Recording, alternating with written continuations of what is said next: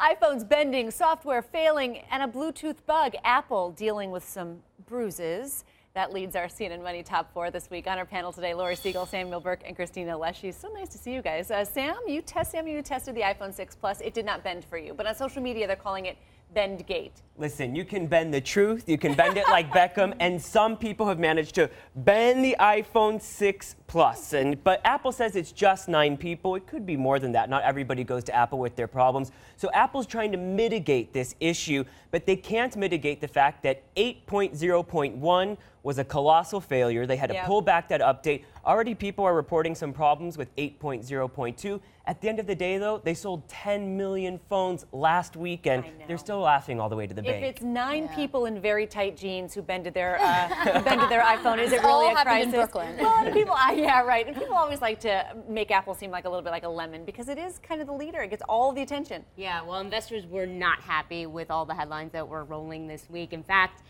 Apple led a decline in tech stocks, and this week it hit the worst level since when we saw the hackers steal photos from iCloud. So it was a bad week for Apple. Did it leave the market? Was it part of the market's problem? I'm not sure. Look, I think at the end of the day, people are forgiving, right? That stock will go up. I think everyone knows when a new iOS update comes out, oftentimes it's a little buggy. People wait a couple days. No one's going to remember Bendgate in the next week or two.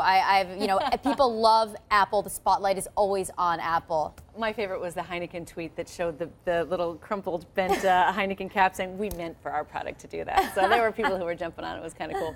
Walmart getting into the banking business, another big story this week. It's teaming up with Green Dot Bank to offer low-cost checking accounts. Comes with a MasterCard debit card. You can buy the starter kit at Walmart stores nationwide in October for $2.95. Then you've got Citibank offering customers a checking account with no checks. Customers will not be able to overdraw their accounts, which is key. We saw a similar move last year from Bank of America. Christina, what's going on here? What's the catch? Well, the bigger story here is really overdraft fees, right? A lot of these banks, especially Walmart and the other example that you cited, Citibank, they're really getting rid of this idea that you can get banged for an overdraft fee. And that's because regulators have been paying attention to this. In fact, the Consumer Protection Bureau actually came out with a report last year that say on average people spend about $225 on overdraft fees. That's a lot of money for people at the lower end, which is exactly the kind of customer that Walmart is going to target. Crazy. You have to opt into overdraft fees. I mean, the number one personal finance rule here is don't opt into overdraft fees. But you can see these companies trying to take that take that option off. Listen, when I hear Walmart and checking, I think of a rotary phone that is so passe. So much of my generation are moving to apps like GoBank, which don't have these fees already. And the real thing we want to be able to do is transfer money from bank account to bank account. So many people are using Venmo now. If you're at a dinner and you want to split the meal, you connect your bank account to Venmo. That's how everybody's paying these days, and I think that's what these banks missed out on. You talk about your generation. I mean, when you look at millennials, they're using prepaid debit cards and prepaid cards, and those can have very high fees. That's exactly the kind of the place that these companies like Citi and others are catering to, I think, Yeah, absolutely, and I agree with Samuel. When I think of even writing a check or some of these fees, I don't even think of physically writing a check now. That's not even something I would think about when doing it, but we hear about all of these different startups and all of the community kind of coming together to say, hey, this should be much easier, much more seamless, and addressing some of those issues that you've been speaking about. All right, from writing checks to checking out, employees at Virgin Group just got a sweet benefit bonus. All of the days off they want. Unlimited vacation. Richard Branson's employees can take vacation days as many times as they want all year long as they work in the company's central locations of New York, London, Geneva, or Sydney. Lori, Netflix and some other companies do this. Is this a tech trend that it's made its way into the mainstream? Yeah, absolutely. I think that's what we're seeing. I mean, my initial reaction is if they tell me I can take as many days off and I start taking those days off, am I going to get vacation guilt? But we are seeing this in the startup community. Evernote, which is a huge startup, they say you get a month of vacation time. But one thing that's interesting about Evernote is they say you are forced to take it. We want you to be away from the office. We want you to check out for a little, but I think, look, it completely depends on the industry. Are you paid hourly?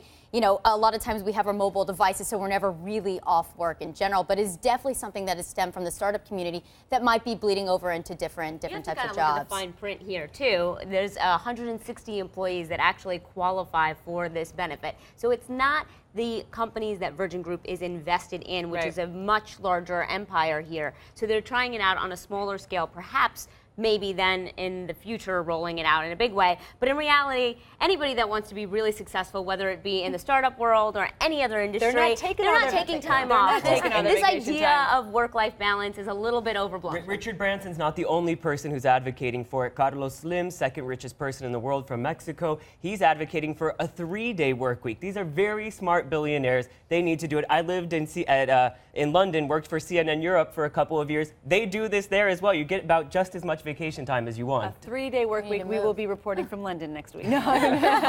Actor Jared Leto and rapper Snoop Dogg, they're investing in this new app called Robinhood. Lets users trade stocks for free. It's not quite ready to go live yet. Why is this, Samuel, this app, I've been hearing about this app for a year. For a long time. Why is it drawing so many celebrity investors? Well, I think you talked about this a couple of weeks ago. More Americans own cats than stocks, and I think this application might be able to change all of that just by getting rid of that little fee which you have to pay to buy stocks. Trading stocks for free. It sounds, I mean, I get the concept. But it's so little, though. I mean, if you go on an online platform, you're paying, what, $6 or $7 to trade? If you're trading $10,000, I mean, it's really a drop in the bucket. And other people have tried this before, and it's never really taken off. But it could work the way Skype did. Remember how much you used to pay for international calls? True. And Skype created this freemium model where it's free at first, and then for other services you pay. That's what they're trying to do. Others and maybe have failed with the I think one point we need to make here is celebrity investors, right? You know, celebrities attaching their names to these products that maybe haven't even launched yet. But you look at Jared Leto, he actually invested in Nest, which sold to Google for $3 billion. That's right. A lot of these celebrities, I was at an event recently, Nas was on stage with Ashton Kutcher,